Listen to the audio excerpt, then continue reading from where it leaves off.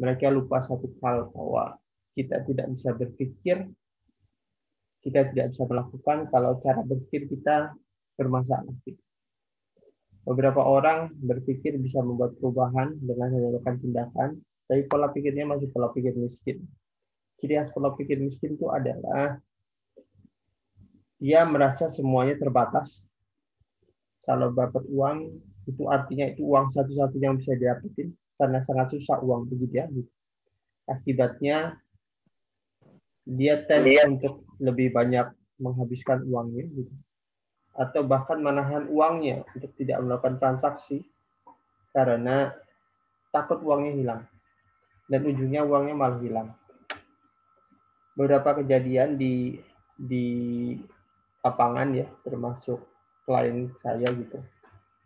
Ada orang yang mengapa bisnisnya tidak berkembang ya, karena pola pikirnya tidak berkembang. Ada orang yang merasa hidupnya adalah karena jadi anak orang kaya ya, jadi uang mudah didapat gitu. Sehingga kalau dapat uang bisa malah di-spending untuk hal yang amburadul. Akibatnya kalau dapat uang begitu, karena merasa uang itu mudah didapat. Dan ketika uang itu susah, dia panik gitu. Sebaliknya, ada orang yang berpendapat bahwa uang itu susah didapat. Sehingga ketika dapat uang, dia panik untuk nyembunyiin atau menahan uangnya supaya tidak keluar. Akibatnya bisnisnya hancur. Kenapa? Karena bisnis kan pada ujungnya dia butuh uang untuk operasional. Dia menahan operasional, mengambil barang-barang kualitasnya jelek, gitu. Untuk akibatnya customer-nya pergi. Dan ini program mental ya. Gitu. Tapi kita kembali ke milenial hari ini. Gitu. Apa program mentalnya? Beberapa orang kagum dengan Atta ya, kemarin menikah. Gitu. Tapi kan orang kagum di ujungnya. Mereka lupa apa yang telah dilakukan oleh Atta dan bagaimana Atta bisa membuat bisnisnya di saat masih muda.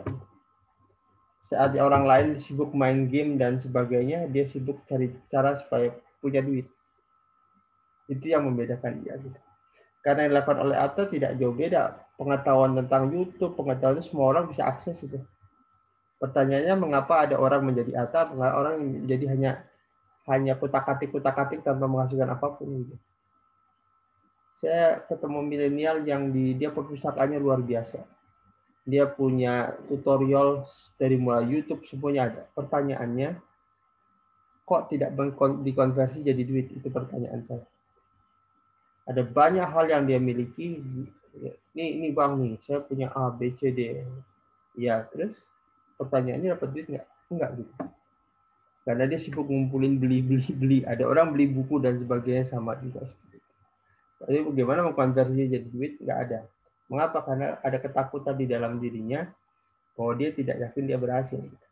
Dan dengan kata lain, apa yang kita pikirkan mempengaruhi apa yang kita lakukan dan ujungnya mempengaruhi nasib hidup kita. Kemarin saya sudah bilang, sebenarnya tidak ada orang kaya dan orang miskin, yang ada pemikir kaya dan pemikir miskin. Apa yang kita lihat hari ini? Kita lihat komputer itu ada bermula dari ide pemikir kaya sehingga menghasilkan uang untuk kaya. Apa yang kita lihat dengan handphone bermula dari ide pemikir kaya. Apa yang kita lihat hari ini, kita pegang, kita konsumsi hari ini, kita lakukan, semuanya bermula dari para pemikir kaya. Mereka bisa mengkonversi, kita bisa menikmati, tapi di balik itu kan si pemikir itu bisa menghasilkan uang dari situ. Apa yang dilakukan oleh pemikir miskin? Pemikir miskin sibuk berwacana, sibuk bernegosiasi, sibuk berpikir, gitu. Dan berhenti sampai situ. Gitu. Bukankah dalam hidup kita, sering kita ketemu, ide itu saya pernah pikirkan. Ya, bedanya adalah kita di level berpikir, dia sudah melakukan pada tindakan. Nah, apa yang membuat itu semua berhenti? Ya kembali tentang konsep berpikirnya yang salah. Dan tantangannya adalah ketika kita dibesarkan oleh orang tua yang miskin, bukan hanya harta yang kita tidak punya, tapi pola pikir kaya yang kita tidak punya. Apalagi ada orang yang miskinnya sudah terlalu lama, turun-temurun. Dia tidak pernah terpikir untuk keluar dari siklus yang dia miliki. Ada lagi kejadian justru orang yang anak pegawai negeri kayak saya. Ketika saya gagal bisnis, kata-kata almarhum ayah saya masih ada di pikiran saya. kita tuh pegawai negeri, nggak bakat bisnis. Dan itu menghalangi kita untuk bertindak lebih banyak karena seakan-akan di pikiran kita menahan untuk melakukan banyak hal di dalam bisnis. Itu yang kita sebut sebagai breakthrough. Terabas itu, kalau enggak kita akan berada di lingkungan tersebut. Dengan kata lain, semua bermula dari pikiran. Dan mengakses pikiran itu tidak mudah. Salah satu tekniknya adalah self-hypnosis. Self-hypnosis ada alat untuk membuat perubahan di dalam pikiran, dan pada ujungnya menghasilkan tindakan, dan dengan tindakan itu kita bisa mengubah nasib kita. Itu konsep dasar hari ini kita belajar. Makanya di Kasabah sebenarnya ada hal mudah. Kalau mau belajar saham mudah, tinggal klik, buy, bid, dan sebagainya. Kalau mau belajar properti mudah, jual, dan sebagainya. Tapi pertanyaannya adalah, apakah dengan semua teori yang kita miliki, dengan ide yang kita miliki, kita bisa menghasilkan kesuksesan? Belum tentu, karena kalau kita berpikirnya salah, maka tindakan kita ikut salah. Kalau kita berpikirnya terbelenggu oleh kemiskinan kita, oleh data masa lalu, oleh informasi-informasi yang tidak pas, maka tindakan kita berhasil itu. Karena kembali, hasil itu didapat karena tindakan itu didapat karena proses berpikir. Merubah proses berpikir, merubah tindakan, insya Allah merubah hasil. Sekarang kita lihat kondisi hari ini. Jumlah milenial ada 52% dari jumlah penduduk. Jumlah penduduk muslim hari ini kurang lebih 85%. Tidak ada yang bilang 80%. Pertanyaannya, berapa persen yang menguasai uang beredar? Faktanya, di negara berkembang, itu hanya 5% orang yang menguasai 90% uang beredar. Artinya kita memperebutkan 10%. Ya, itu ngeri banget menurut saya gitu. Pertanyaannya, apa membeda yang 55% dengan 95%? Apa membedakan itu? Bukan uang. Taipan datang ke Indonesia itu mirip Abdurrahman Auf ketika datang ke Madinah. Baju di badan. Apa yang membuat dia membuat perubahan? Dia menyalip orang-orang sudah ada penduduk asli di situ. Apa yang membuat dia begitu? Seperti halnya Abdurrahman Auf. Apa yang membuat dia begitu? Kita lihat, Abdurrahman Auf dikasih harta, nolak. Semua nolak. Tunjukkan aku pasar. Inilah mental kemandirian, inilah mental kata. Di dalam dirinya, dia tahu dia bisa berbuat satu. Di dalam dirinya, dia tahu, walaupun hari itu tak punya duit, tapi dia tahu dia bisa berbuat sesuatu. Di situlah kemudian dia negosiasi dan sebagainya. Tapi semuanya bermula dari pola pikir. Sama halnya dengan para Taipan ketika datang ke Indonesia, MC Leong datang ke Indonesia gitu, di Surabaya ya, gitu. Melihat orang-orang, apa MC Leong cuma punya duit sedikit dari Hong Kong, gitu. Datang melihat-lihat, gitu. Karena dia lihat adalah penduduk Indonesia itu tanda kutip gitu. Dari dulu memang penduduk Indonesia itu konsumtif. Saya pernah di Inggris ya gitu. Handphonenya jadul-jadul. Handphone orang Indonesia itu luar biasa lebih bagus. Itulah makanya banyak perusahaan handphone internasional mengarahnya ke Asia termasuk Indonesia. Gitu. Karena orang Indonesia itu ngejar tren. Sementara orang-orang sana ngejar manfaat. Di Inggris semua rumah bentuknya sama.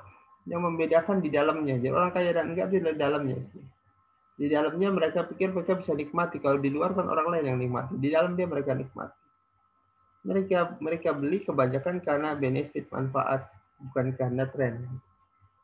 Dan itu cara berpikir mereka. Makanya agak susah ngakalin mereka untuk berbasis konsumtif. Kecuali orang yang sudah benar-benar kaya. Jadi orang kaya di sana tidak beli Rolex. Orang kaya di sana membeli investasi. Itu kekayaannya. That's called smart. Tapi pertanyaan why dia smart, kita enggak gitu. Karena kita dibangun dari kemiskinan. Kita ini kan bangsa dijajah. Orang dijajah ingin mengcover perjalanan masa lalunya supaya dia nikmat, supaya menutupi rasa enggak nyamannya di masa lalu. Kita kan enggak nyaman dijajah, diingin orang, diminta-mintakan. Begitu ada duit, kita inginnya terlihat kaya, terlihat luar biasa. Dan itu pola pikir juga. berpikir bangsa kita ya. Gitu. Bayangin ada milenial mau menabung untuk beli iPhone. Sementara dia males, saya tanya investasi, dia nggak mau investasi. Kenapa nggak kalian, saya bilang kenapa nggak kalian nabung untuk investasi di saham? Itu malah lebih bagus dibanding nabung beli iPhone. Mereka fight nabung 6 bulan, 7 bulan, menyisihkan uang jajan dan sebagainya untuk beli iPhone. Geleng-geleng. Emang kalian sangat perlu iPhone? Enggak juga. Kalau hanya pakai WA sama hal-hal sederhana ya ada laptop, ada itu menurut saya lebih pas. Tapi luar biasa menurut saya. Itulah negeri kita dan itulah perjuangan para milenial hari ini. Bagaimana membuat program berpikir yang lebih produktif. Sementara orang-orang Barat itu punya mobil itu opsional gitu. Jadi mau punya mobil kok nggak perlu gitu. Banyak orang yang mampu beli mobil tapi nggak beli mobil gitu. Dia kemana-mana naik kendaraan umum dan sebagainya karena mereka lebih sederhana. Dan yang kedua memang dibuat susah, bukan cuma punya mobil itu karena parkir mahal, ownership mahal. Tapi mereka mau melakukan itu. Nah, itu menarik menurut saya. Oke, saya akan mulai bagi screen. Share screen ya. Mudah-mudahan kita bareng belajar hari ini.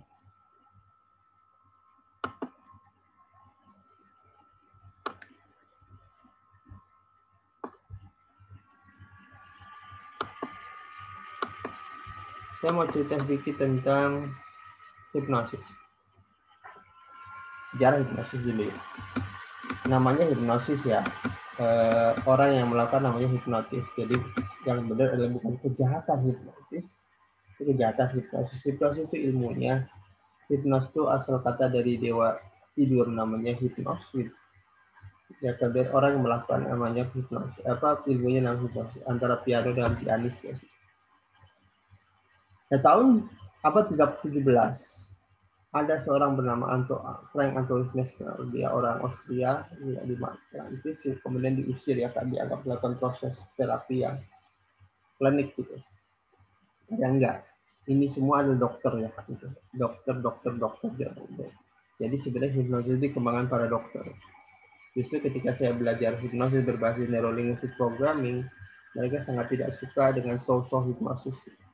Karena hipnosis bukan buat mainan. Hipnosis adalah tentang pikiran manusia, dan ini dokter penemunya ada para dokter. Pak Mesmer ada dokter. Dia cuma karena dulu masih zaman animisme dinamisme, dia melakukan hipnosis dengan bahan benda magnet. Sebenarnya setelah telusuri magnet itu ternyata memang punya kekuatan energi listrik yang mempengaruhi kehidupan tubuh. Pak Mesmer dengan magnet kemudian diteruskan oleh ketika dia diusir sampai meninggalkan, diteruskan oleh salah satu yang belajar namanya John Eliasson. John Eliasson belajar, dia dokter juga. Gitu. Kemudian ada Esdal. Esdal itu menarik, dia karena dia termasuk orang melakukan pembedahan yang cukup banyak. Esdal ini membedah buku tidak pakai anestesi, dulu belum anestesi, tapi menggunakan metode hipnoterapi. Karena dia mempengaruhi pikirannya, agar pikiran bisa mengatasi rasa sakit. Teknik ini dipakai di Yaman, gitu. Seorang ustadz ketika dioperasi dia memberitahukan pada dokter, tolong kasih kode ke saya. Saya akan kasih kode dan Anda boleh operasi saya. Kemudian dia minta muridnya membacakan ayat-ayat neraka, gitu. Dan tidak boleh berhenti sampai operasinya selesai. Dan ayat-ayat neraka dibacakan, dia hanyut dalam ayat-ayat tersebut. Begitu selesai dikasih kode sama ustadznya, kemudian dioperasi dan tidak kerasa. Ini proses anestesi ya. Yang terakhir yang berubah semuanya adalah James Braid. James Braid seorang dokter, dan kata hipnosis bermula dari kata dia diperkenalkan oleh James Braid. Dan kemudian dia melakukan sesi. Dan terakhir di bawah tidak ditulis di situ. Oh ya, ini dia. Inilah the best hipnoterapi, legenda hipnoterapi. Karena namanya Milton Erickson, tanya semua pembelajar NLP hipnoterapi tahu dia. Ini adalah orang yang mengembangkan pola bahasa hipnosis dan mengembangkan cara hipnosis yang tidak klasik lah, modern. Disebutkan generasi ketiga. Jadi Frank Antoine Mesmer generasi pertama, itu zaman animisme dinamisme. Kemudian zaman sekarang dari Eliasson sama James Page, itu generasi kedua. Generasi ketiga ada Ericksonian atau Milton Erickson. Dia adalah seorang hipnoterapi yang bisa menghipnoterapi melalui kata-kata, sehingga dikenal dengan Milton Model dan sebagainya. Itulah sejarah sekilas tentang hipnosis. Ya, pertanyaannya apa itu hipnosis dan bagaimana membuat perubahan dalam hidup kita?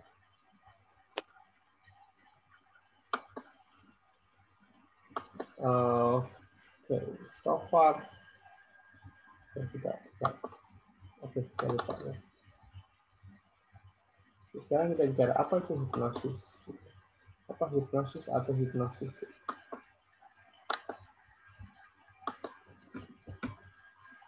Oke. Apa itu hipnosis?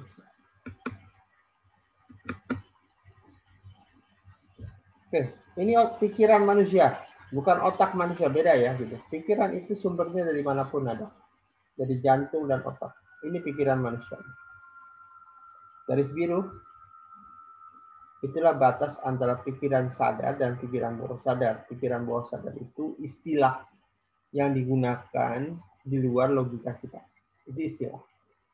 Dalam Islam, ini sebenarnya dikenal dengan qalbu. Cuma qalbu itu artinya jantung. Sampai hari ini jadi perdebatan karena kemungkinan karena ada penelitian tentang jantung yang dimaksud bawah sadar itu adalah qalbu. Qalbu itu artinya jantung. Nah, ibarat gunung es, kalau kita lihat gunung es, di atasnya kan kecil, tapi di bawahnya sebenarnya besar. Pikiran seperti itu, ilustrasinya. Di atas itu adalah hari ini yang kita lihat, cara kita menganalisa, identifikasi, dan sebagainya. Di bawah adalah program berpikir. Softwarenya di bawah, atas itu adalah penerima software. Kalau di pemerintahan, atas itu pemerintah, bawah itu DPR. Jadi sebenarnya DPR merekomendasikan tindakan pemerintah sama dengan bawah sadar. Dan bawah sadar, pikiran sadar hanya memilih dari tindakan.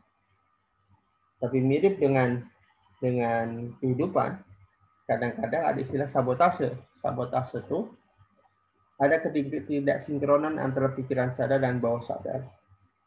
Kalau itu yang terjadi, yang menang mana? Yang menang bawah sadar. Nah, masalah manusia adalah program manusia setelah umur di atas 14 tahun, dia mengidentifikasi dirinya. Nah, kemarin kita bicara identitas ya gitu.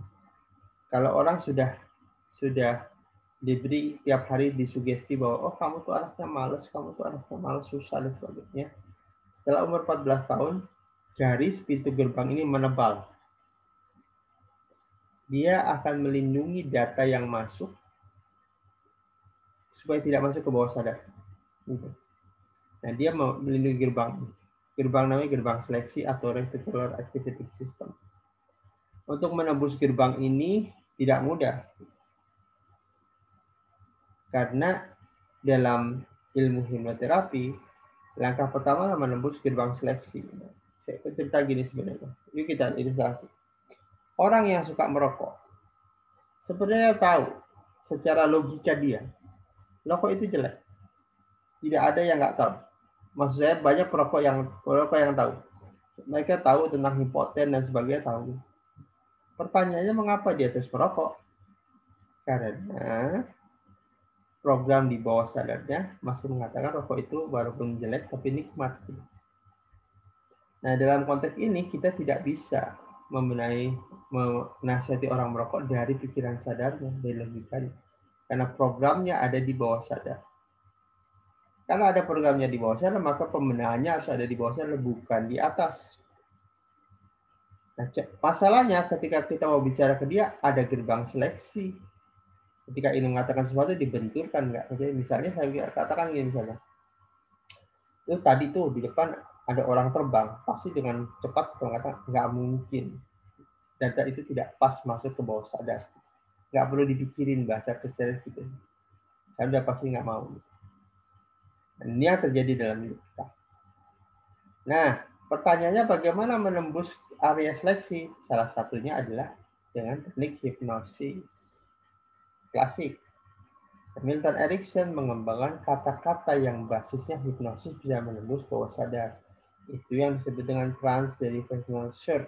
untuk mencari kata-kata. Misalnya, kalau kita tahu kita ketemu orang ya, kemudian kita katakan, kita tepuk orang dengan tekan 11 lebih 35. Bengong maksudnya apa? Ketika bengong, kemudian ketika bengong, dia mencari kata, pintu gerbang seleksinya terbuka. Itu strateginya Milton Erickson. Ketika terbuka, ya 10.35 artinya saatnya Bapak untuk tidur dan istirahat. Seperti itu. Itu sugestinya. Cuma untuk bisa masukkan sugesti, pintu gerbangnya dibuka. Dan inilah perilaku kemarin kita ada seminar tentang kejahatan hipnosis di situ. Jadi dia membuat pintu gerbangnya terbuka. Di situ kita bisa masuk. Nah, kalau dengan teknik hipnosis klasik, tarik nafas, turun, pejamkan mata, dan rasakan Anda rileks di ruangan ini. Sebenarnya membuat rileks diri dan pejamkan mata. Pada saat itu, pikiran sadar kita tidak bekerja, pintu gerbang terbuka di situ. Cuma dalam ilmu penjualan kan tidak mungkin melakukan itu. Dia menggunakan kata-kata untuk membuka pintu gerbang. Nah, sebelah ada beta, alfa, theta, delta. Beta, alfa, theta. Beta itu sekarang kondisi di mana megahertznya cukup besar. Ukurannya gitu. Diukur pakai alat megahertz. Kemudian alfa itu sudah lebih rendah. Jadi anak-anak ketika main games, suara ibunya masih kedengar tapi fokus di game. Nah, theta suara ibunya sudah tidak terkenal, delta ada kondisi tidur. Kalau kita mau tidur, posisinya seperti ini. Sadar, kemudian mata kerjap masuk ke alfa, theta, kemudian delta. Naik, bangun tidur, naik juga ke atas delta, theta, alfa, beta. Itu yang terjadi kalau kita bangun tidur.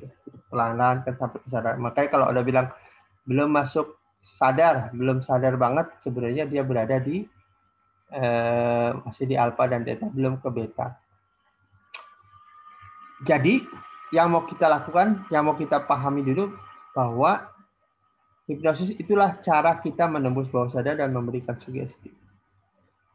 Nah, pahami Bapak Ibu, setiap kata itu adalah hipnosis selama dia kata itu diterima oleh pikiran. Jadi kalau orang mengatakan sesuatu, kemudian diterima oleh pikiran kita dan kita memahami bahwa itu sebuah kebenaran, itulah hipnosis. Dan kita sering sekali berada dalam kondisi ini. Ya, kalau kita ngelihat film misalnya, atau kita ikut hanyut dan ikut nangis, kenapa? Karena kita menerima film itu sebuah kebenaran di dalam pikiran kita, bukan di dalam logika. Secara logika ya tahu itu film, nggak mungkin begitu gitu. Tapi secara bawah sadar kita memahami itu sebuah kejadian yang benar dan kita hanyut di dalamnya. Itu seperti itulah terjadi. Nah, sekarang kita lihat lingkungan kita, bagaimana lingkungan kita mendeteksi pikiran kita sehari-hari. Kita mau jadi orang kaya, tapi lingkungan kita miskin. Penghasilannya rata-rata lingkungan kita misalnya 2 juta sebulan, atau 2,5 juta. Atau kita katakan, saya mau cari ide gimana bisa mendapatkan 20 juta sebulan. Tentu lingkungan kita akan mencemooh kita dengan kata, gimana aja lu sehari-hari susah 20 juta sebulan gitu kan. Kalau kata-kata lingkungan tidak diterima oleh pikiran kita dan mengatakan sebuah kebenaran, saat itulah kita sedang dihipnosis oleh lingkungan. Tapi ketika kita bisa bangkit, keluar dari sugesti lingkungan, maka kita jadi orang besar. Sekarang pertanyaannya, berapa banyak kata-kata itu masuk ke dalam diri kita dan yakini bahwa itu sebuah kebenaran? Banyak banget. Itulah makanya saya sering cerita ke teman-teman. Mengapa para warga-warga yang non-pribumi itu bisa lebih sukses dibanding kita? Termasuk milenialnya ya. Pikirannya menjadi lebih terbuka. Karena hipnosis lingkungannya menarik bagi dia. Hipnosis lingkungannya mendukung. Itu lingkungan orang dagang. Lingkungan orang dagang yang everything is possible. Sementara ketika dibawa ke lingkungan kita, anak-anak berpikir misalnya kemarin saya lihatin video di Kasabaya, umur 14 tahun, umur 13 tahun, mikir cari duit. Pasti orang udahlah belajar dulu yang benar. Udahlah, jangan yang aneh-aneh. Kalau itu diyakini, waktu itu jadi sebuah kebenaran. Pertanyaannya, kalau itu dilakukan oleh orang non-pribumi ketika dilakukan itu, mereka, wah bagus juga, ayo lanjutkan, bisa dapat uang besar tuh. Itu sugesti juga. Nah pertanyaannya, ada banyak orang membiarkan lingkungan mendikte kehidupan dia. Itulah menjadi tantangan bagi kehidupan kita. Oke, saya mau cerita ini dulu, udah itu mau diskusi sedikit sebelum kita masuk ke latihan. Inilah bagaimana program yang kita dapetin. Perilaku. Perilaku kita itu terbentuk dari berpikir kita. Jadi apa yang kita rasakan, feeling kita itu adalah hasil dari kerja pikiran kita. Jadi kalau membenahi orang, perilaku itu seperti merokok, kita down, kita takut, kita nggak mau jalan dan sebagainya. Perilaku itu adalah hasil kerja pikiran kita. Nah, jadi untuk membenahi jangan dibenahi di level perilaku, tapi di level bagaimana dia berpikir. Kita lihat, misalnya input, proses, output itu sederhananya. Di proses itu ada program mental, ada kondisi mental. Kondisi mental ketika saat itu kita terima informasi lagi capek, lagi apa, lagi down, itu juga berbeda. Ada orang di PHK, itu input tuh. Diproses dalam pikirannya. Gitu. Program mentalnya memikirkan bahwa orang PHK rata-rata punya utang banyak, hidupnya jadi susah. Gitu.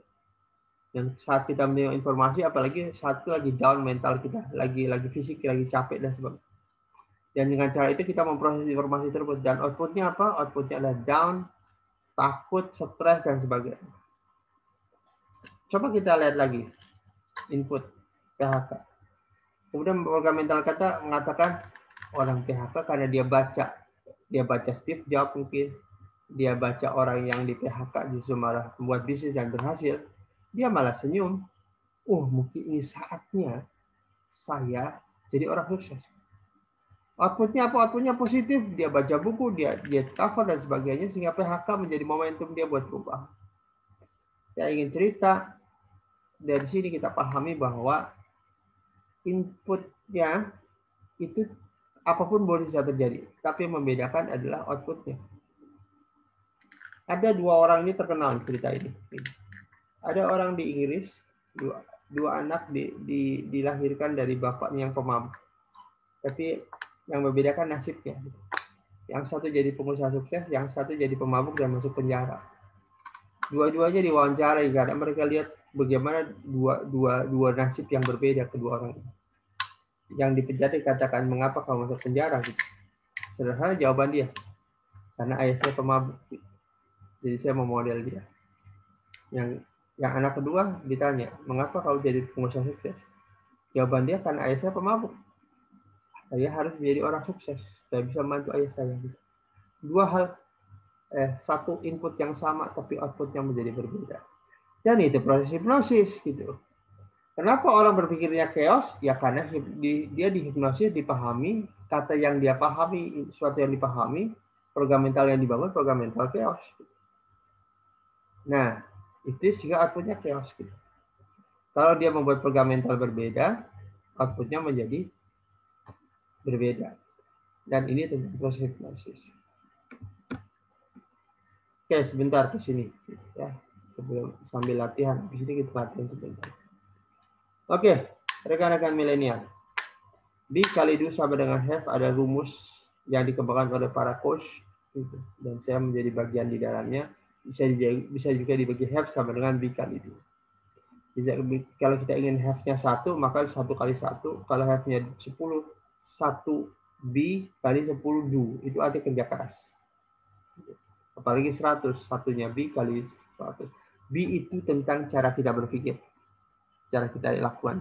Do itu tentang teknis kita melakukan tindakan. Nah, kalau yang di bawah 10 sama dengan 10 kali 1, 100 sama 1 kali 1. Ini adalah kerja cerdas. Kerja cerdas artinya kita memahami pikiran kita untuk melakukan banyak hal. Banyak orang melakukan do first, tapi B-nya tidak dibenahi, maka dia seperti lari kaki diikat. Dia kerja keras. Kalau orang kerja cerdas mulai dari pikiran. Itu ya lakon Abdurrahman Auf. Mengapa dia bisa menjadi orang sukses dalam 3 bulan menjadi orang kaya, dalam setahun menjadi orang kaya di Makkah dan Madinah. Yang membedakan adalah cara berpikirnya. Nah, kita lihat di sebelahnya. Belief, potential, action, and result. Inilah yang kita akan berdiskusi hari ini. Kalau keyakinan Anda tinggi, maka kita akan menyentuh potensi kita tinggi. Potensi manusia tidak terbatas. Dengan potensi tinggi, action kita menjadi lebih banyak. Dengan action lebih banyak, hasil kita menjadi lebih sukses karena hasil dihasilkan dari tindakan. Semakin bagus jadi hasilnya, semakin tinggi belief kita, keyakinan kita, dan kita siklus itu berputar. Sebaliknya, ketika keyakinan kita rendah, kita akan nyentuh potensi kita rendah. Tindakan kita menjadi dikit dan hasilnya dikit. Dan ketika dikit, amburadul makin keyakinan kita dan kita berputar di situ. Ini yang disebut Anthony Robbins, orang kaya makin kaya, orang miskin makin miskin. Karena semakin miskin dia, semakin yakin dia bahwa dia tidak bisa kaya. Dan dengan cara itu dia menyentuh potensi sedikit. Suruh baca, udahlah nasib gue begitu. Suruh bertindak, udahlah, emang nasibnya sudah begini. Jadi kembali. Dan dia mengatakan dia ingin merubah, tapi cara berpikir dia tetap sama. Kata Einstein, orang gila adalah orang yang berpikir sama atau bertindak sama dan berharap hasil berbeda. Itu sangat tidak mungkin. Karena ketika pikir dan tindakan sama, hasilnya akan sama dari tahun ke tahun dan bulan kedua. Ini yang saya tantang ke teman-teman Kasabah. Mau berubah cara berpikir, berubah cara bertindak. Mulai dari berpikir. Oke, latihan. Ambil kertas, tulis. Tolong tuliskan di situ apa yang Anda yakini tentang uang. Tuliskan uang adalah titik. Silahkan tulis gitu. 10 ya, gitu. Saya tunggu ya, gitu. Karena dari sini kita akan belajar tentang program hipnosis yang dibentuk oleh diri kita. Jangan-jangan kita berada di dalam area yang amburadul, area yang miskin yang membuat kita membatasi untuk membuat perubahan. Oke, silakan tulis 10 hal tentang uang. Tulisannya begini, uang adalah titik. Uang ada titik. 5 menit ya, gitu. 3 menit. 10 hal tentang uang. Uang adalah apa? Oke, silakan.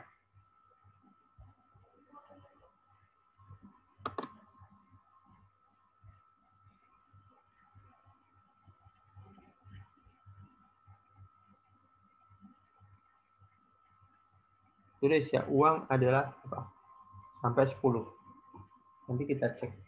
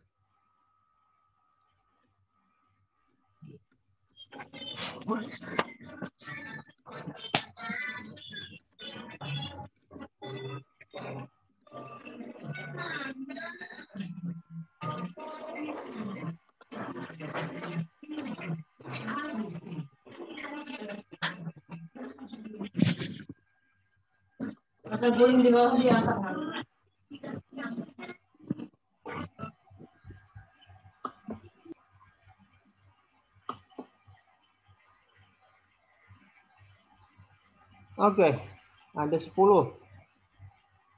Tunggu yang lain.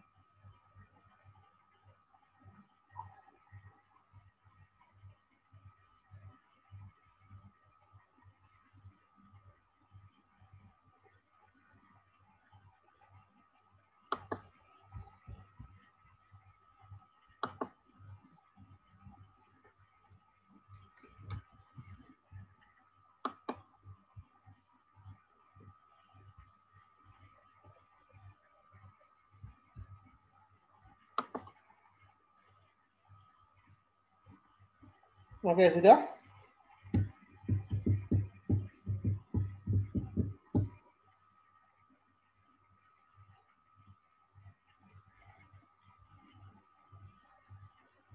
Kalau sudah, perhatikan apa yang kita tulis.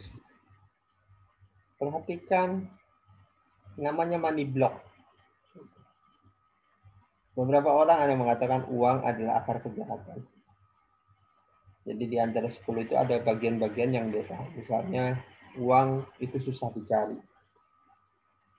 Uang tidak tumbuh di pohon.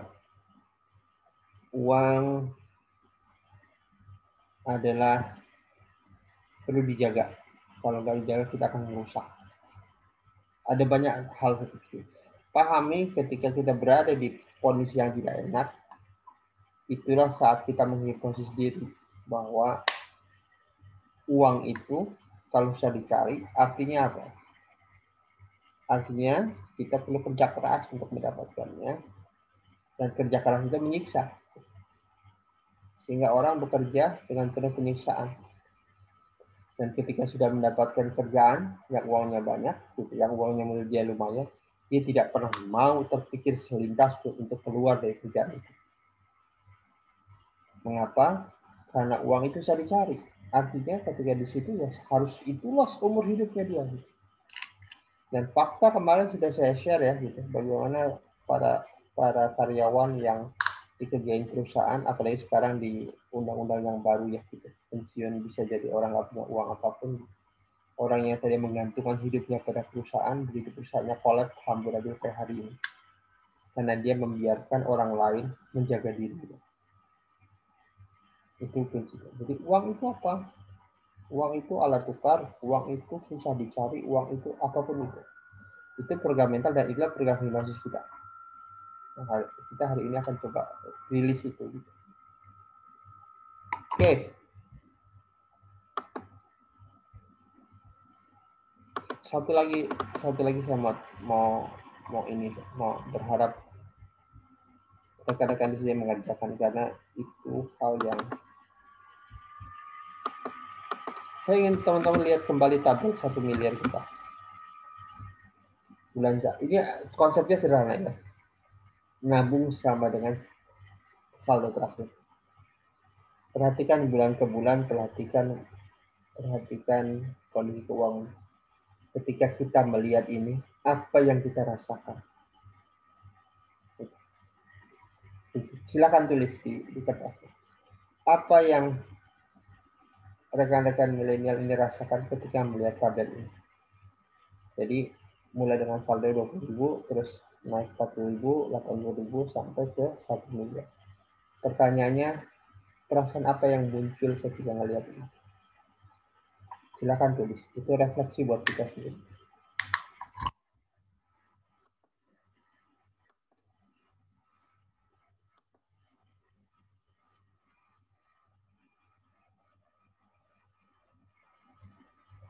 Maaf, Coach, boleh diulang pertanyaannya? Oke, kita lihat tabel di sebelah nih, tabungan 1 miliar. Ketika ngelihat ini, gitu, apa perasaan pertama kali yang muncul ngelihat uang 1 miliar, di mana kita harus memenuhi tabungan demi tabungan, waktu bulan demi bulan sampai ke 1 miliar? Silakan tulis perasaan kita, entah bahagia, bingung, sedih, takut, nggak mungkin, whatever yang ditulis.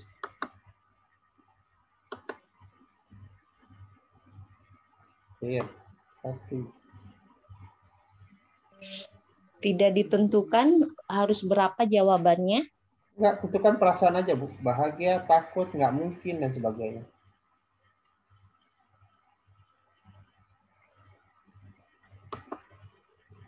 Karena itulah program hipnosis kita. Kalau kita lihat bahwa kita sama dengan sabun terakhir, orang mulai memikirkan, aduh duitnya dari mana ya, itu mungkin nggak kita capai gitu. Terutama kita masuk ke bulan 10, di mana kita masukkan 10 juta. Bulan berikutnya 20 juta, 30 juta. Banyak orang memfokuskan, kayaknya nggak mungkin. Kayaknya nggak bisa deh, kayaknya susah deh. Padahal dia belum menjalani konsepnya. Berapa kali dalam kehidupan kita orang melakukan breakthrough. Breakthrough itu artinya melakukan lompatan dalam hidupnya. Ada anak kondektur menjadi orang kaya. Mengapa? Karena dia kalau dipikirkan secara logika, nggak ada cerita itu bagaimana itu bisa didapat.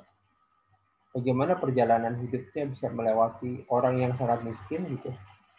Kuliah aja orang tuanya jual sawah, itu pun sawah terakhir dan sawah itu harta terakhir yang dia miliki gitu. Itu pun jadi susah karena nggak cukup, tapi anaknya juga dibalik dan menjadi orang kaya. Bagaimana itu perjalanannya? Kan seperti logikanya nggak masuk itu di dalam hidup. Tapi yang lihat mereka bisa buat perubahan. Lihat, kalau kalian happy berarti bagus kali. Itu yang kita ingin kejar. Jadi ada orang ngelihat tabel kekayaan 1 miliar. Komennya adalah ini bagus, tapi tetap sangat sulit dilakukan. Ini bagus, tapi gimana caranya? Nah, orang sibuk pada gimana caranya, lupa dulu pada gimana berpikirnya. Bapak Ibu, kalau kita perang, lihat orang pakai bambu runcing itu, logika kita nggak mungkin kita bisa ngatain Belanda. Pertanyaan bagaimana mungkin? Yang dilakukan adalah pegang senjata, baca Bismillah, jam. Itu yang dilakukan. Itu yang bisa nggak kita punya mental itu? Ada tabis satu bilang, oke, go fight. Itu jadi kita lakukan. Bahwasanya cara welcome kalau keyakinan itu tinggi. Tapi kalau keyakinan kita rendah, susah dapetin cara. Cara itu akan datang belakangan. Oke, sekarang kita mulai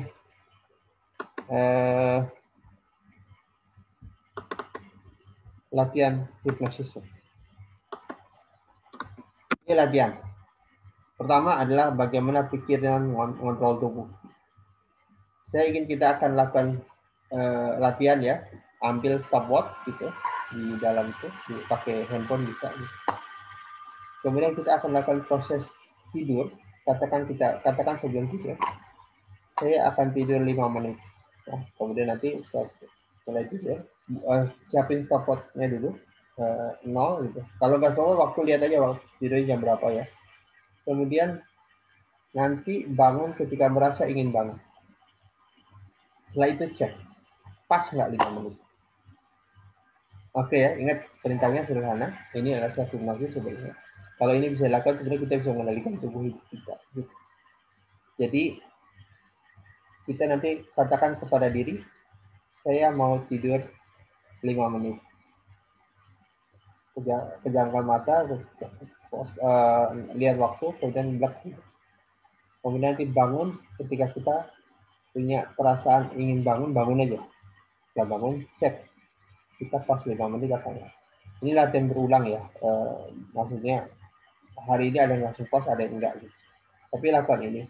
Kalau lakukan ini sepertinya rekan-rekan kalau sahur nggak butuh buffer lagi. Gitu. Ini bisa langsung jadi. Tapi sebenarnya di balik itu kita bisa mengendalikan pikiran kita. Bisa kendalikan. Oke?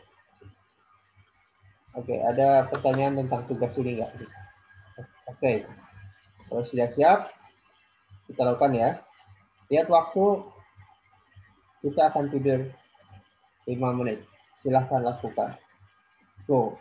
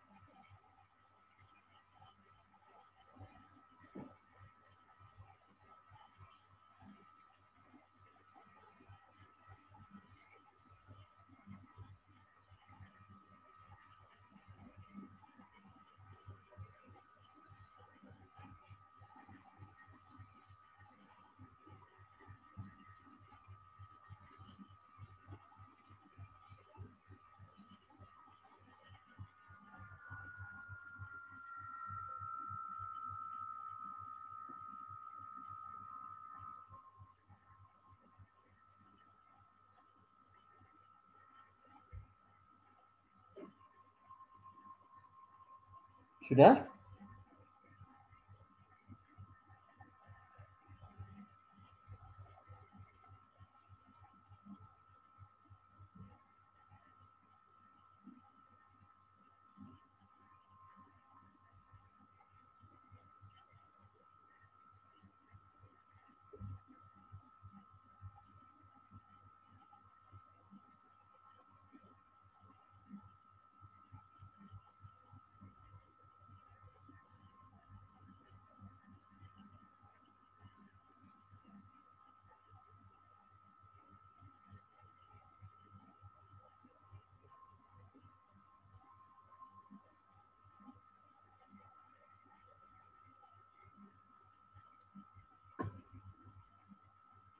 Emang harus tidur, Bu.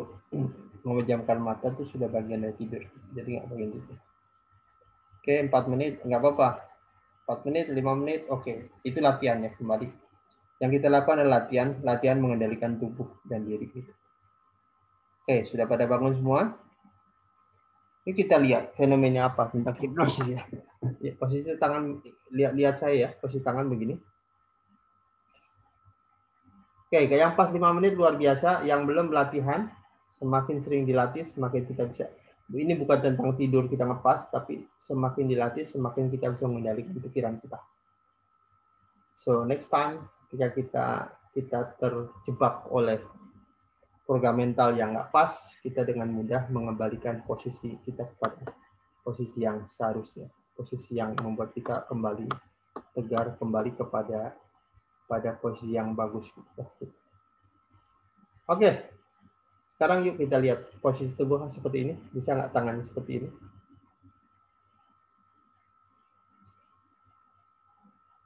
Posisikan seperti ini. Oke. Kemudian kita nanti lihat di pertengahannya.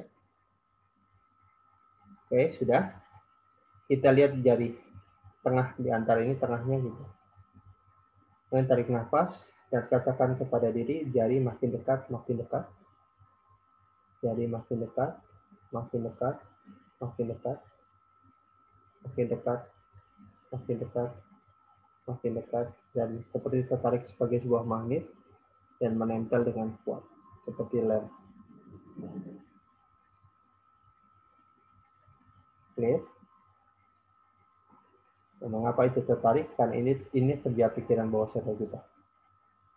Saya ingin cerita ini untuk menggambarkan bagaimana proses hipnosis terjadi.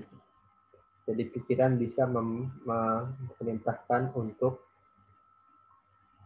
pada tubuhnya. Oke, satu, saya ingin cerita fenomena hipnosis ini. Kedua, ini tempelkan tangan, ukur tangan kita. Sama kan? Kembali, ukur tangan kita sama.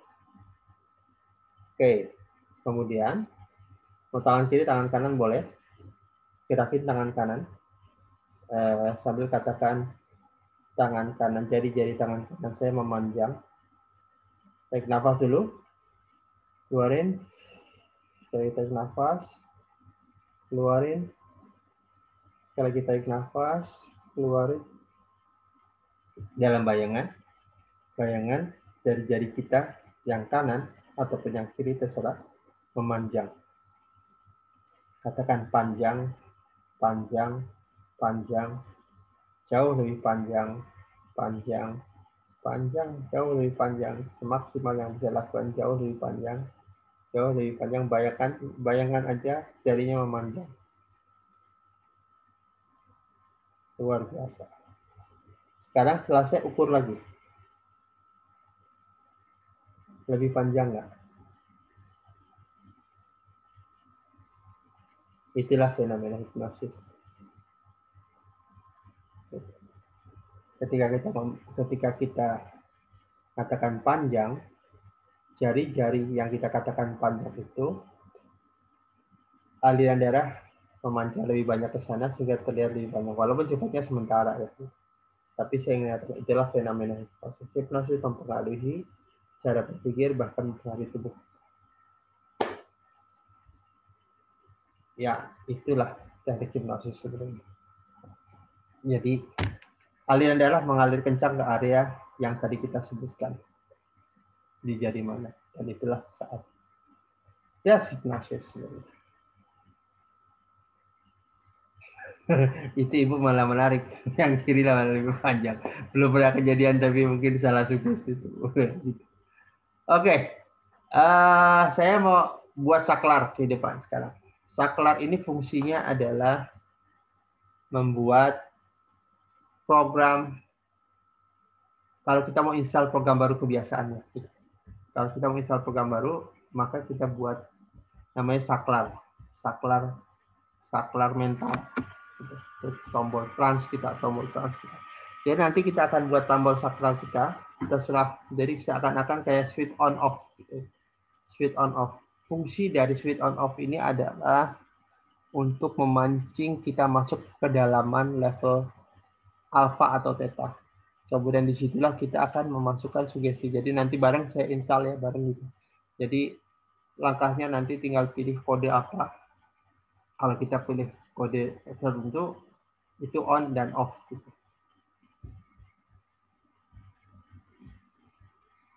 Oke, nah sekarang jadi gini, apa yang mau kita lakukan hari ini sebenarnya adalah sedang menginstal program baru. Misalnya tadi kita tuh saat tadi ada mental block tentang uang. Ini insya Allah kembali Bu, karena itu hanya sesaat. Misalnya tadi kita punya mental block tentang uang. Kita tidak yakin apa. Kita buat program itu supaya kita yakin. Kita tidak yakin kita punya kemampuan, kepercayaan diri untuk mencari uang lebih banyak. Maka kita akan dari hari ke waktu kita akan install bahwa kita punya keyakinan untuk itu. Ini namanya teknik menginstal program baru. Langkahnya sederhana, nanti buat kode itu bisa buat kode. Kalau ini terlalu sering dilakuin jangan, tapi kalau jarang nggak apa-apa. Ini artinya switch, ini artinya on, artinya off. Gitu. Bisa juga on sekali, 2 kali off gitu. Atau apapun itu, tetap sekali asal sesuatu yang tidak sering kita lakukan. Ketika on itu artinya pikiran kita mengaktifkan gelombang pikiran bawah sadar kita. Di situ kita install orang. Kita install. Boleh begini, boleh pegang tangan, boleh pegang ini artinya on, ini artinya off, boleh gitu. Silakan kodenya buat dulu gitu. Dengan kata lain, ketika kita gunakan kode tersebut, gitu, maka kita berada di kedalaman pikiran di beta, di alfa atau theta. Di situ kemudian kita buat instalasi program baru, program mental baru. Dan ini harus dilakukan sesering mungkin. Cara melakukannya adalah tadi kita nanti akan bareng buat program install program barunya ya. Setelah itu cara melakukannya seperti ini.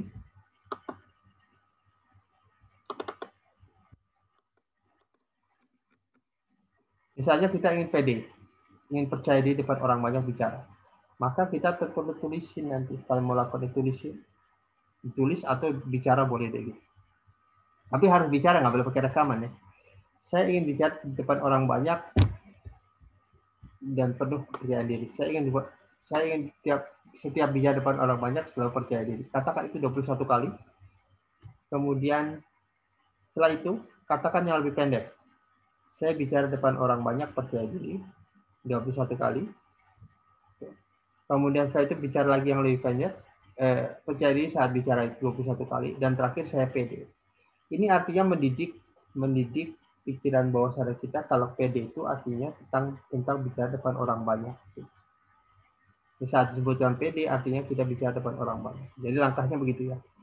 Nah, kita melakukannya dengan membuat itu tadi, menginstal perilaku, menurunkan gelombang otak dengan saklar tadi. Jadi ketika bisa kita anggaplah saklarnya begini. Ini artinya on ya. Kita tidur. Kita akan lakukan begini saja. Saya akan tidur 5 menit dan selama 5 menit pikiran saya akan menginstal program kepercayaan diri depan bicara orang banyak. PD. Kalau 5 menit ya Bang. Bisa lakukan berulang-ulang. Ini kalau lagi kita nunggu orang dan sebagainya bisa lakukan ini. Clear ya langkahnya? Oke, setelah clear silahkan letakkan alat tulis, dengerin sugesti saya. Kemudian nanti, ini hal yang bagus nih. Pertama tentukan dulu ya saklarnya pakai apa. Saklarnya pakai ini, atau kalau saya sih membayangkan di atas kuping saya ada tombol on dan off. Jadi saya kalau dikatakan saya bayangkan si tombol on off. Sekarang saatnya on. Jadi membayangkan di kuping saya ada saklar. Ada orang yang saklarnya adalah ini artinya on dan ini artinya off. Jadi jari manis on, ini jarinya off. Jadi ketika dia on, off artinya terserah gitu. Target kita membuat ini adalah menurunkan gelombang otak karena disitulah kita menginstal program. Jadi seperti tadi menurunkan gelombang otak sampai di level bawah sadar, kemudian menginstal perilaku apapun yang mau kita bangun. Baik, sudah letakkan alat tulis. Perhatikan tentang diri kita gitu. Jadi santailah, bahasa 2-3 menit ya. Kita akan install saklarnya. Oke, sudah. Jadi tenang, pejamkan mata, cari posisi yang nyaman. Tarik nafas, keluarin. Tarik nafas lagi, keluarin. Tarik nafas, keluarin, bagus. Rasakan diri kita di lapangan ini.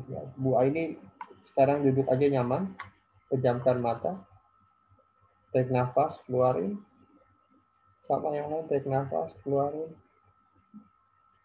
Tarik nafas, keluarin. Rasakan kehadiran kita di ruangan. Rasakan kaki kita. Rasakan tubuh kita yang menempel. Rasakan kepala kita.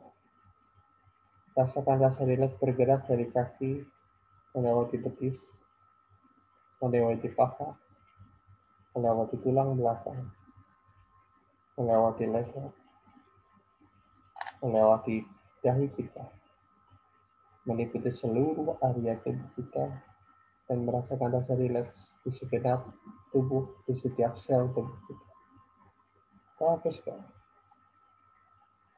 Kita akan tambah rasa rileks ini dalam hitungan 5-1, di mana setiap hitungan membuat kita rileks jauh lebih dalam, jauh lebih santai. 5, 10 kali lebih rileks. 4, 100 kali lebih nyaman. 3, 1000 kali lebih rileks dan nyaman. 2, dan 1. Bagus ya. Rasakan rasa rileks kembali di setiap area tubuh. Rekan-rekan di sini. Dan dalam kondisi ini, bayangkan kita mempunyai saklar. Saklar ini adalah sebuah sinyal pada pikiran. Ketika kita gunakan saklar tersebut, artinya kita berada dalam kondisi sekarang. Kondisi yang terbuka akan sugesti, kondisi yang rileks. Kita akan install apapun, dan itu menjadi sebuah kenyataan bagi hidup dan diri kita. Ini adalah saklar on dan saklar off. Ketika on artinya kita membuat pikiran bawah sadar kita bekerja maksimal, dan disitulah kita menyerap setiap sugesti yang didapatkan. Bagus sekali. Ketika off artinya kembali ke normal, pikiran sadar kembali ke tempat. Semua ini menjadi program yang pasti dan terus berada di Anda sampai program ini dilupa. Dari waktu ke waktu, dari hari ke hari, semua program ini berada di dalam diri saya. Tubuh dan pikiran saya mengerti, dan program ini menjadi real dan nyata bagi kehidupan saya. Bagus. Kita akan hitung 1-5. Setiap hitungan membuat kita sadar dan kembali ke ruangan. 1, 2, 3, 4, dan 5. Oke. Sip. Kembali ke ruangan ini. Nah, saya ingin katakan cara makainya ya. Cara makainya. Nanti ini butuh dilatih. Tadi udah dilatih. Kembali saya jelasin lagi. Cara makainya adalah apapun yang install ke dalam diri kita. Tadi kita tidak percaya dengan uang dan sebagainya. Itu membuat kita menghambat tindakan kita. Maka gunakan pertama panjang, kedua agak pendek, ketiga pendek, keempat sangat pendek. Jadi nanti kalau kita mengatakan mau install saya percaya diri, saya hanya katakan saya mau masuk ke dalam kondisi hipnosis atau kondisi alfa atau theta ya 5 menit atau 10 menit. Kita akan masuk ke alfa dan selama 10 menit dan di dalam diri. Ya, ketika kita berada di situ, kita akan install rasa percaya diri. Saya pede. On-nya tombolnya di on-in dan kemudian kita di 5 menit atau 10 menit. Itu langkah cepat melakukan proses hipnosis. Oke, untuk ini ada pertanyaan. Teknik ini ada pertanyaan. Teknik ini digunakan untuk menginstal perilaku ya, perilaku baru. Mau tanya Coach. Ya. Untuk teknik ini disebutin 21 kali itu waktu udah tidur atau sebelumnya Coach? Atau dalam sebelumnya. Ini biasanya di awal doang. Jadi di awal kita mau pakai nih, gitu. Sebutin 21 kali, 21 kali, sampai terakhir saya percaya diri. Maksudnya ini, ketika dikatakan saya pede, itu artinya pede yang berhubungan dengan bicara depan orang banyak untuk kasus tadi ya. Jadi kita lakukan 1 atau 2 kali saat install awal, gitu. Saya percaya diri 20 kalau depan orang banyak, 21 kali di awal-awal. Setelah itu pikiran sudah mengerti ya kalau dimasukkan saya PD artinya PD yang berhubungan dengan bicara depan orang banyak. Jadi lakukan 1-2 kali di awal-awal sebelum install ya. Gitu. Selanjutnya sih hanya katakan saya PD. Itu setelah apa? Di awal aja, bukan setelah. Jadi sebelum malah. Sebelum kita katakan saya percaya diri, sebelum itu kita latih itu. Kalau perlu bahkan sebelum proses instalasi gitu. Tulis aja dulu, bicara aja dulu, saya percaya diri, diulang-ulang. Sehingga pikiran mengerti kalau saya pede artinya berhubungan dengan kondisi tadi. Oke, pertanyaan? Mau chat boleh, mau ngomong boleh. Nanya Coach. Ya. Itu kan kita mengucapkan dulu sebelum kita melakukan yang namanya on kan, onnya itu kita dalam kondisi gelombang theta. Nah di situ berarti kita ucapkan dalam 21 kali itu kan? Ya awal-awal sebelum kondisi apapun ucapkan itu aja. Sebelum proses theta ya, sebelum masuk ke theta. Oh, jadi sebelum pas kita pejamkan mata kita baca dulu itu ya? Iya, baca dulu itu sebelum pejamkan mata. Iya. Oke. Nanti ya, jadi sebelum proses instalasi apapun, tulis dulu itu. Tulis atau bicara. Sampai setiap kali ngomong PD kan artinya berhubungan dengan, karena PD itu artinya banyak gitu kan. Saya PD itu konteksnya apa. Dan ini berhubungan dengan PD dalam konteks bicara depan orang banyak. Sehingga pikiran ngerti ketika katakan PD artinya konteksnya buat orang banyak. Maka dilakukan sebelum proses instalasi. Dan ini bisa juga ya digunakan kalau misalkan kita mau mencapai satu target, kita buat seperti ini. Bisa juga ya? Iya, saya percaya diri mengejar ini. Saya percaya diri mengejar itu. Iya, oke. Ya, sip. Oke, sekarang saya mau kasih tahu langkah yang menjadi PR kita semua. Ya. Ini langkahnya. Kalau nanti mau jelang tidur, ini yang perlu diulang-ulang oleh rekan di sini. Ini yang perlu hipnosis gitu ya. Langkah pertama adalah tuliskan apa yang mau kita capai. Tuliskan apa yang kita capai. Apa aja, impian apapun gitu. Oke. Udah itu, tuliskan di bawahnya. perasaan kita mendapatkan, kalau ini tercapai, kira-kira perasaan kita apa? Kemudian pengalaman apa yang kita dapetin kalau kita saat kita mendapatkan apa barang atau apapun yang ingin dicapai. Kemudian ketiga, apa yang mau kita kontribusikan pada alam, ada dunia. Jadi kalau kita punya uang misalnya, saya akan berikan bangun masjid dan sebagainya. Tuliskan kontribusi apa yang mau kita berikan saat itu tercapai. Maaf, contohnya pengalaman itu apa ya? Maksudnya pengalaman itu apa? Perasaan itu, anggaplah orang ingin punya uang 10 miliar. Apa yang dirasain? Kemudian pengalaman apa yang dia ingin dapatkan dari 10 miliar? Ketika dapetin 10 miliar, pengalaman apa yang ingin dapetin? Kan orang pasti punya pengalaman kalau ingin dapetin uang banyak. Pengalaman apa yang mau dia kejar? Pengalaman pergi ke luar negeri, pengalaman apa yang mau dia dapetin? Pengalaman memiliki barang itu artinya apa? Pengalaman untuk menyetir apa? Kalau ada orang yang ingin naik kuda waktu itu, pengen naik kuda di area tertentu gitu.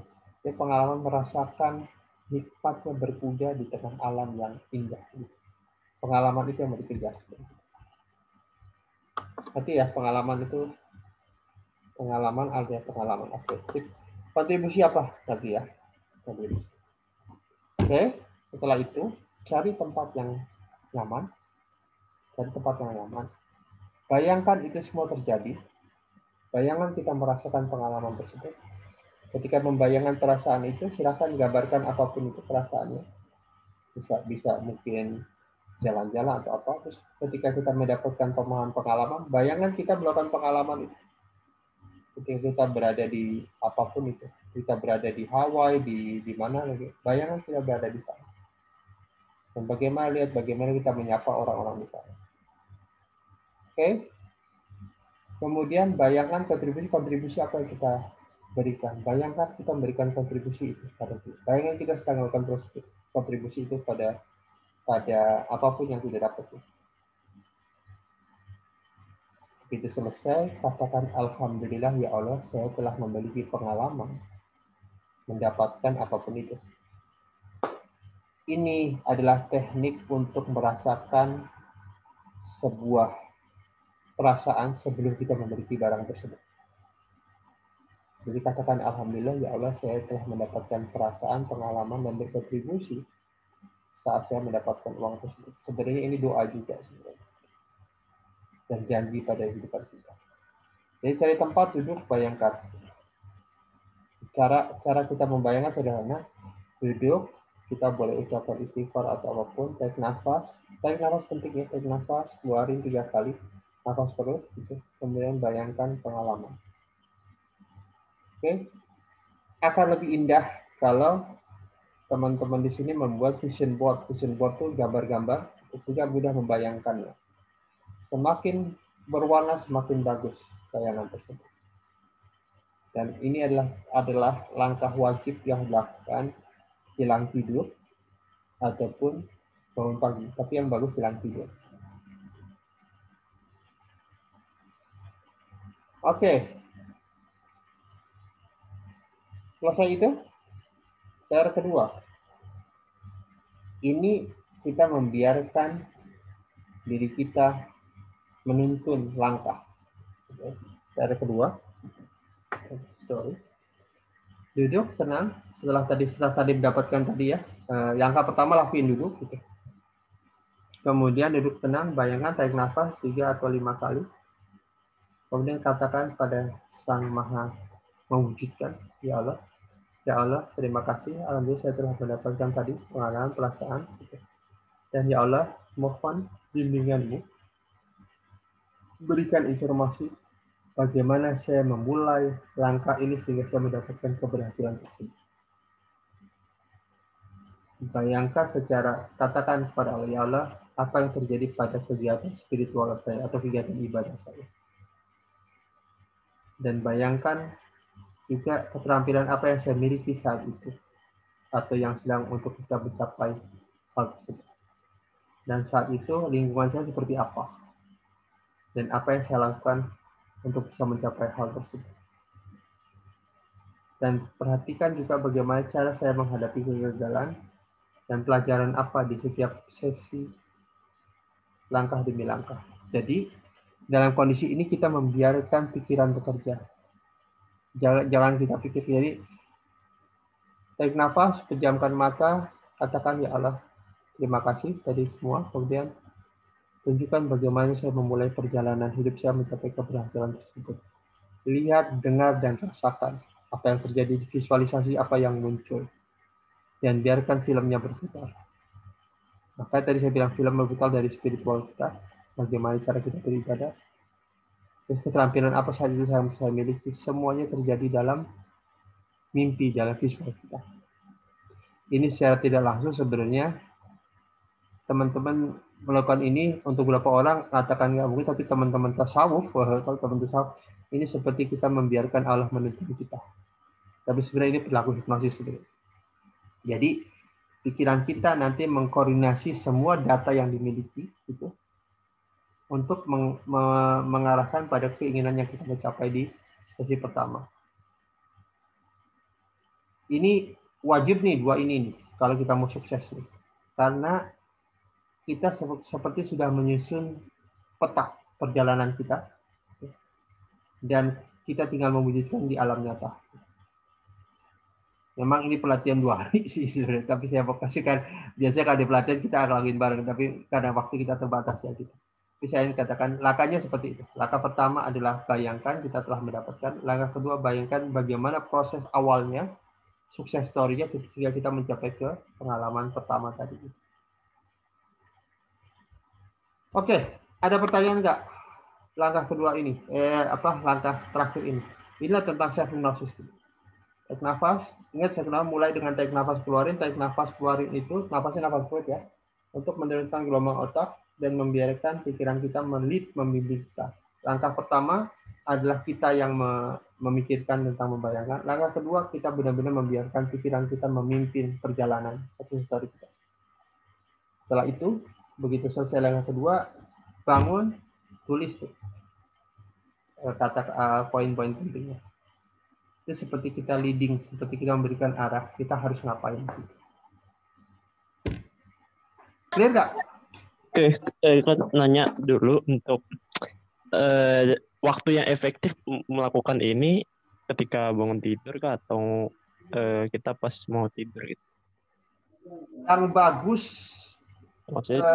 bangun tidur, jelang tidur. Kenapa jelang tidur? Karena tidur itu di delta ya. Tidur itu di delta. Ketika jelang delta kita memproses data, memproses informasi, kemudian masuk. Nah, habis bangun tidur bagusnya ulangi lagi. Karena apa? Karena ketika tidur kita itu namanya defrag kalau komputer itu, mengkoordinasi data demi data. Bisa jadi ketika nanti kita bangun dapat data yang baru. Jadi memperbaiki data.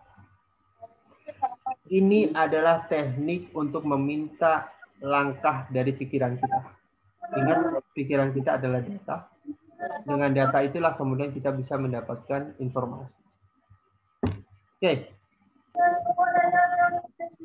Terus juga misalkan gini, apakah kita fokus pada satu apa yang kita inginkan kita install, atau ada banyak keinginan kita install semua, atau gimana kan? Pikirkan yang paling besar. Pikirkan yang paling besar.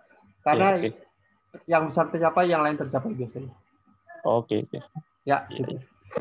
Ingat, kalau install perilaku, kembali pertanyaan Farhan benar. Kalau install perilaku, jangan sekaligus. Gitu ya. Pikirkan satu-satu. Kalau misalnya kita punya kebiasaan malas baca, maka kita install, saya baca dari waktu ke waktu. Gitu. Jangan kita baca terus 10 kebiasaan, pusing pikiran kita. Gitu.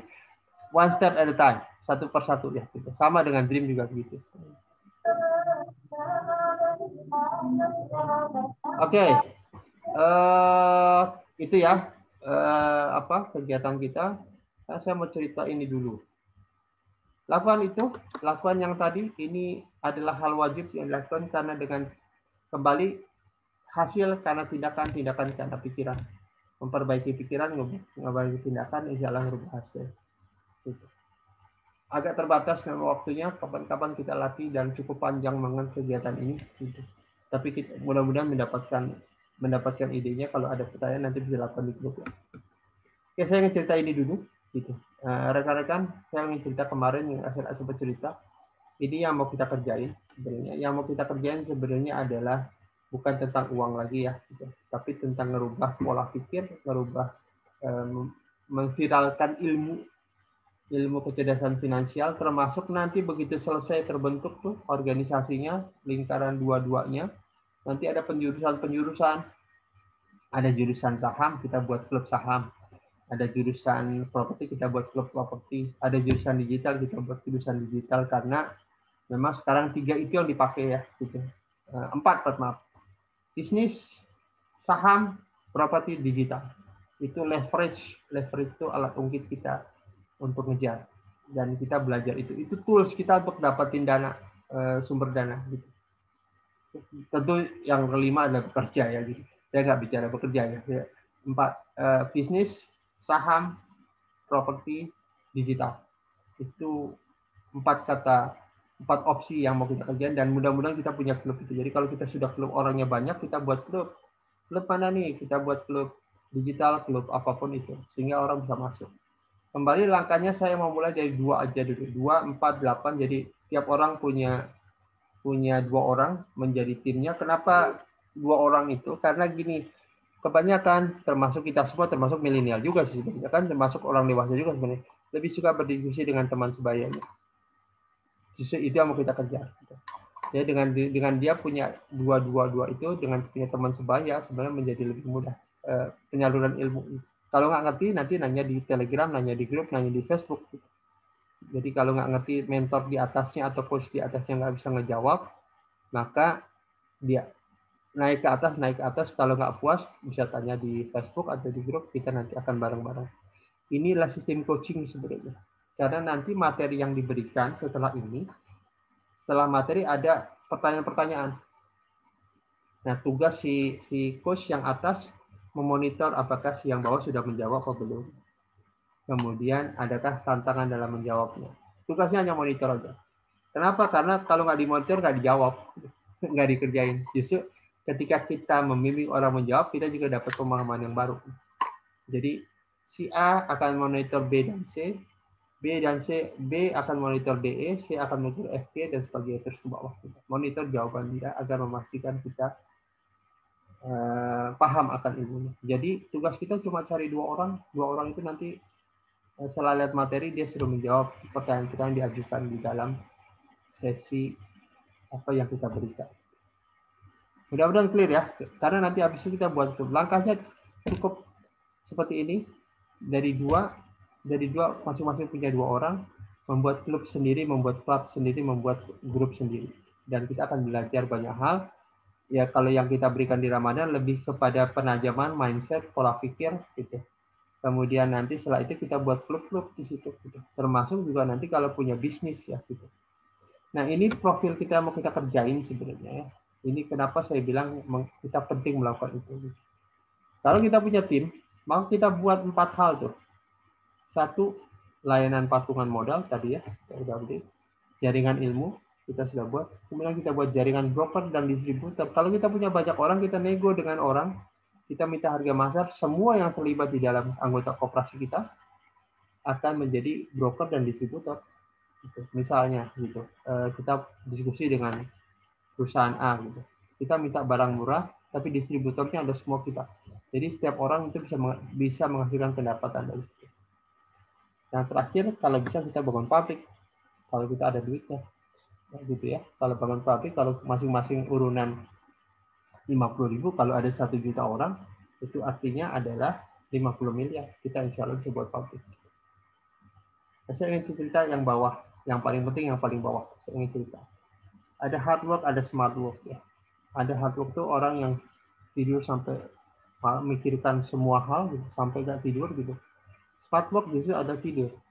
Karena dengan tidur, pikiran menjadi lebih jernih ke kita. Beda hard work, ada smart work. Yang bagus memang hard work dan smart work. Tapi yang mau saya jelaskan hari ini tentang smart work. Inilah tentang leverage. Leverage itu alat ungkit. Tasabata menjadi alat ungkit sukses bagi semua milenial. Karena nanti tugas koperasi yang dibuat adalah mensejahterakan anggotanya. Jadi itu sebetulnya kasabah itu menjadi leverage, tahu ya, alat ungkit dongkrak itu kan alat ungkit ya, untuk naik dan sebagainya. Itu yang kita lakuin.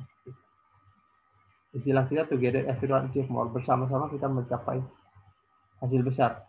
Uang kecil dari orang yang banyak itu luar biasa.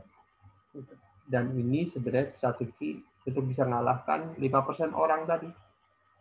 Kenapa 5% orang itu menguasai? Karena mereka bersatu di antara mereka. Sekarang kita jumlahnya lebih banyak. Kalau kita satukan uang kita, maka kita bisa lakukan banyak hal. Dan ini harusnya menjadi program hipnosis kita hari ini. Hipnosis kita hari ini adalah yuk fight together.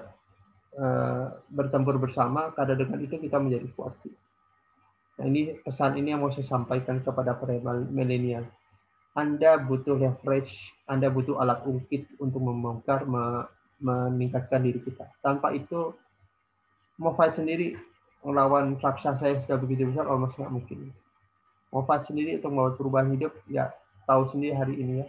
Kita tahu ya, kemarin saya bicara dengan beberapa mahasiswa, mereka down juga karena tahu bagaimana PHK begitu besarnya, sehingga mereka mau kerja di mana.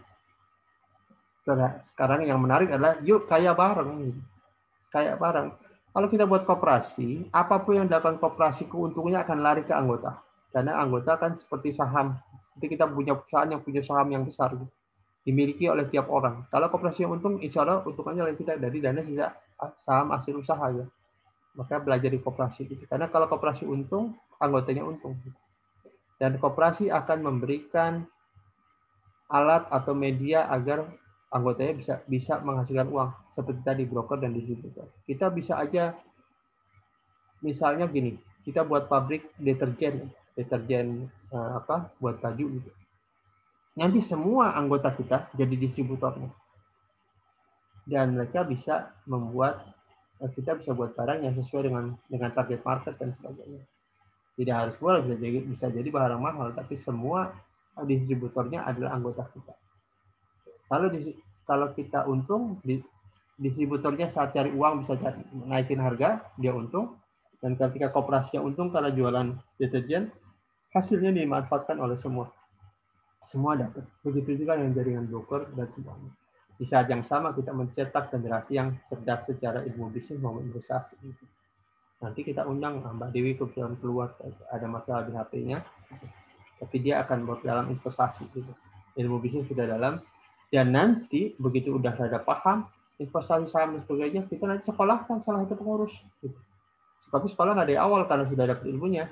Perdalam, viralkan. Perdalam, viralkan. Perdalam, viralkan. Terus saja gitu. Jadi kita akan mencetak generasi kasabah, generasi muda Muslim yang empower secara pengetahuan, tapi juga punya bisnis sehingga sama-sama naik ke level terbaik. Ini dream kita. Cuma dream itu kembali dimulai dari perjalanan kita hari ini. Ngumpulin 2 demi 2 kali 2 kali 2. Dengan teknologi semua bisa diatur. Yang di grup Rehat kemarin saya ada cerita ya, bagaimana Falun Gong dalam 7 tahun 70 juta orang. Setahun itu setara dengan 1 juta orang. Dulu nggak ada WA. Dulu nggak ada WA, nggak ada apapun, bisa kejar. Kita sekarang ada teknologi, semuanya mungkin dilakukan. Dan insya Allah bisa. Niat kita mudah-mudahan mendapatkan sesuatu yang bagus. Oke, itu ya. Yuk kita fight. Bangun generasi milenial gitu. Dan kita bisa membuat perubahan bareng gitu. Yuk kaya bareng gitu. Makanya tadi saya bilang 2 orang yang diajak itu MKB, mitra kaya bersama gitu. Agar kita bisa mendapatkan kehidupan lebih baik masa depan. Baik. Itu ini Bu Aini mau jadi eksportir. Nanti kalau kita punya komunitas yang besar, kita akan nego Bu dengan ekspornya dengan di sana. Apalagi kalau kita kasabah itu punya tim di daerah lain gitu. Kita bisa kejar itu. Termasuk kalau kita koperasi, sekarang koperasi semuanya dibagi. Jika Bu Aini mau ekspor, kita punya koperasi yang bisa ke sana. Bahkan kemarin itu kayak Bu Hesti bisa ekspor ke beberapa negara karena dibantu oleh koperasi dari Depok. Departemen Koperasi Depok ya. Kita bisa lakukan itu. Bahkan kita bisa bermitra dengan mitra daerah. Termasuk saya bilang nanti kita akan kontak Bang Sandi ya, Sandiaga, kalau kita jalan. Pastikan kita ini share dream ini pada teman-teman. Yang mau kita lakukan kalau tentang uang di mental block, kita bicara tentang belajar aja bangun bisnis. Kita belajar tentang kumpulin orang bareng dua. Kenapa dua? Itu informasinya mudah gitu. Saya udah pernah cerita ya, waktu kita mau demo dulu di zaman saya masih mahasiswa, sederhana. Kumpulin 2 juta orang itu sederhana. Karena saya hanya mainin SMS. Dulu belum ada WA. Jadi saya hanya SMS ke 5 orang, dan 5 orang turun ke 25 turun ke 20, dan itu cepat sekali terjadi. Dan kita juga dengan 2 begitu, nanti informasi, apalagi kita udah Facebook, Telegram, udah ada WA, udah teknologi. Dulu kita hanya punya SMS. Tapi ngumpulin 2 juta, di Monas sederhana banget. Hanya SMS. Dan itu indahnya jaringan. Makanya kemarin saya bilang kan, jaringan kita mirip MLM, tapi kita bukan MLM. Tapi saya suka jaringan itu, karena jaringan itu mempercepat informasi. Bayangkan di MLM tuh, kata leadernya A, itu sampai ke level bawah, gitu. A juga. Gitu. Karena informasi cepat sampai di bawah. Dan dulu tidak ada teknologi. Sekarang ada teknologi, ada WA, dan semuanya bisa dilakukan. Makanya saya bilang kita dalam 1 bulan sebelum bisa kejar itu. Semangat teman-teman. Semangat ke siapa? Kita buat perubahan. Kita buat negeri ini menjadi lebih bagus, tidak lebih berdaya lah. Jangan sampai kita ngejar 10% doang, nyebelin banget tuh saya. 5% orang ngejar 10%. Kita ingin bagian yang 90% yang ngejar. Yuk kita kejar itu bareng bersama. Kalian yang masih muda kejar, saya juga coba ngumpulin yang di atas kalian walaupun penuh perjuangan, tapi memang itu yang mesti terjadi. Kedua-duanya kita kejar. Insya Allah gitu. Nah, mungkin saya nanti Bu Aini itu harus kumpul generasi yang di atasnya. Karena generasi yang di atas itu variabel terlalu banyak. Kalau diajak itu banyak banget idenya. Itu maksudnya banyak ide. Kembali itu proses hipnosis ya. Jangan biarkan diri kita dihipnosis oleh hal yang tidak menarik. Gitu. Jangan biarkan diri kita dihipnosis oleh hal-hal yang merusak pikiran kita untuk bekerja lebih tinggi. Rekan milenial, perhatikan. Saya tidak mendukung orang-orang pribumi, tapi perhatikan bagaimana dia berpikir. Mereka berpikir untuk kaya untuk jadi duit. Kita berpikir kaya untuk bisa menjadi dermawan dan bersedekah lebih banyak. Insya Allah niat kita menjadi lebih baik. Dan harusnya dengan niat lebih baik, kita bisa lebih mudah didukung Allah dan mendapatkan hasil lebih baik. Insya Allah ya. Baik, kita tutup dulu kegiatan kita. Mudah-mudahan memberikan manfaat dan menyemangati teman-teman untuk bersama-sama membangun kekuatan. Kita belajar, berbagi, dan melakukan. Jadi jangan belajar, berbagi, belajar, berbagi, dan melakukan, dan membuat perubahan. Gitu. Belajar, berbagi, berubah. Itu yang mau kita kerjain. Mudah-mudahan ridha Allah bersama kita. Sekian dulu. Kita tutup dengan kafaratul majelis.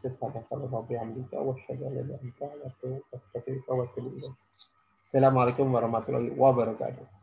Waalaikumsalam warahmatullahi wabarakatuh. Waalaikumsalam warahmatullahi wabarakatuh. Baik, saya tutup ya.